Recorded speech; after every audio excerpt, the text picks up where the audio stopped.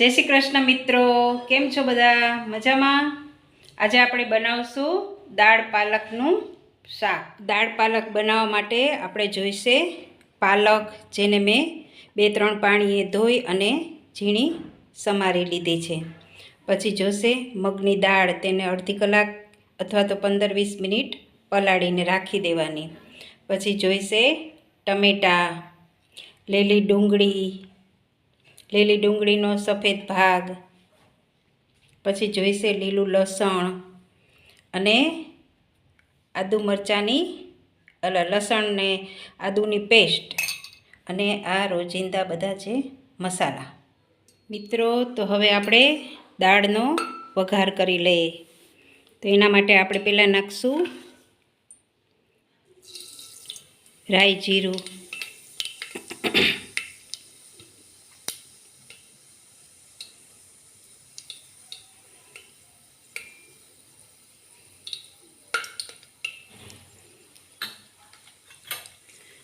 પછી નાખશું સૂકા મરચાં,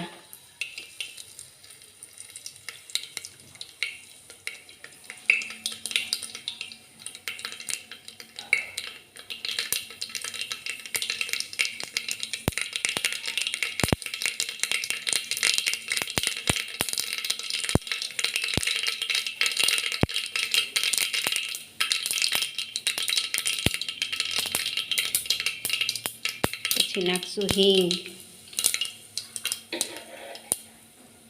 પછી નાખશું લસણ અને આદુની પેસ્ટ,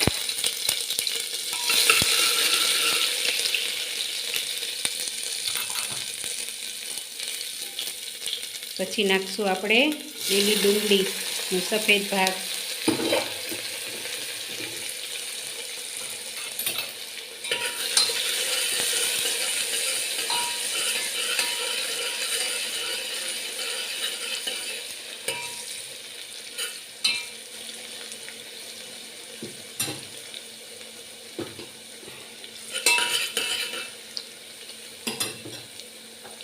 પછી નાખશું લીલું લસણ,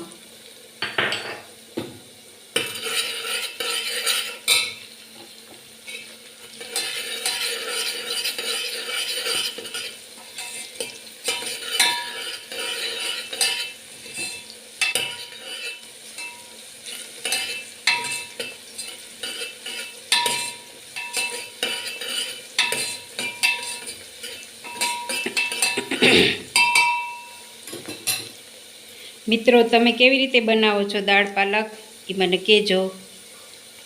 મારી રેસીપીઓ તમને ગમે છે કે નહીં, તમે કમેન્ટ કરીને કહેજો. અને તમે પણ રોજ શું બનાવો છો એ પણ મને કહેજો.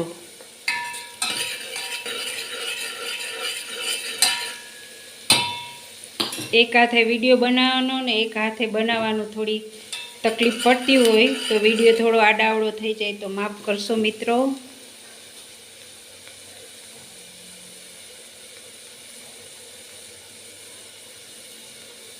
પછી નાખશું લીલા મરચાં અને ટમેટાં,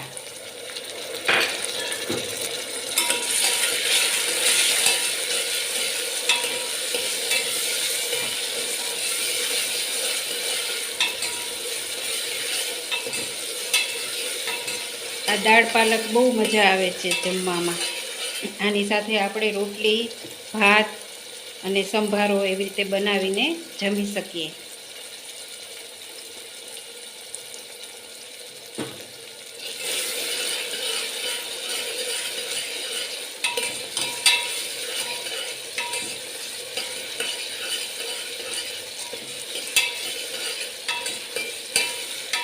હવે ટમેટાં થોડા ચડી ગયા છે એટલે હવે નાખી દઈશું આપણે બધા મસાલા: હળદર, મરચું, મીઠું અને ધાણા જીરું.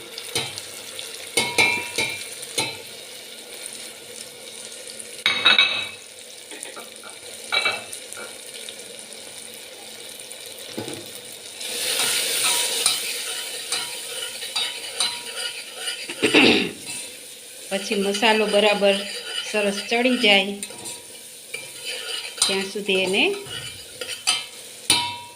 સાતળવાનું.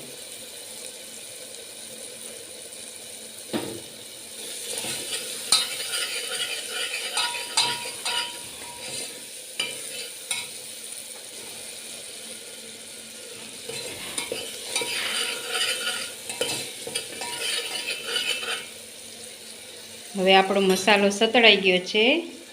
હવે આપણે નાખી દઈશું અંદર પાલક.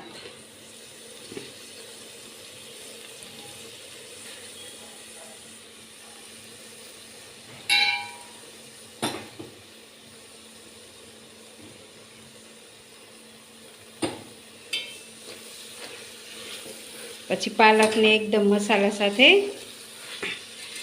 મિક્સ કરી દેવાનું.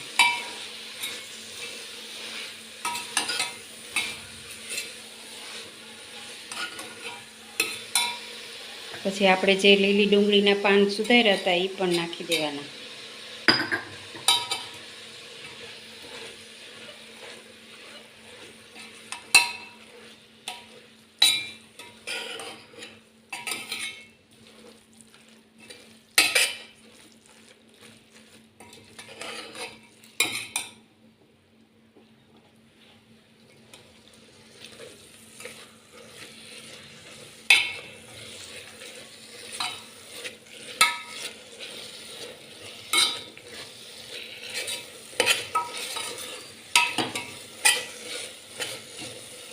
હવે આપણી પાલક બરાબર મસાલામાં મિક્સ થઈ ગઈ છે. તો આપણે નાખી દઈશું મગની દાળ જે પલાળી હતી ને એ.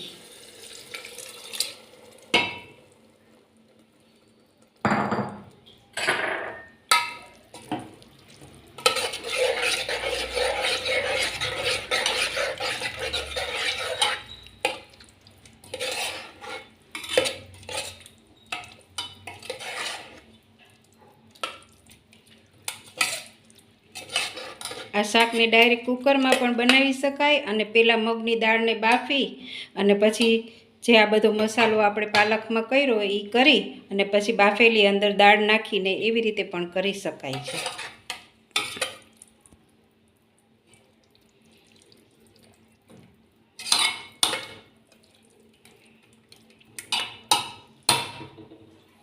હવે દાળ, પાલક અને બધો મસાલો એકદમ મિક્સ થઈ ગયો છે.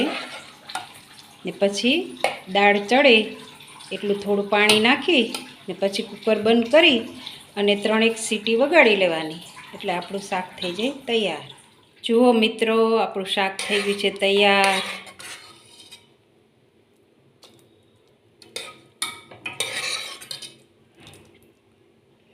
હવે એમાં નાખી દઈશું આપણે કોથમરી.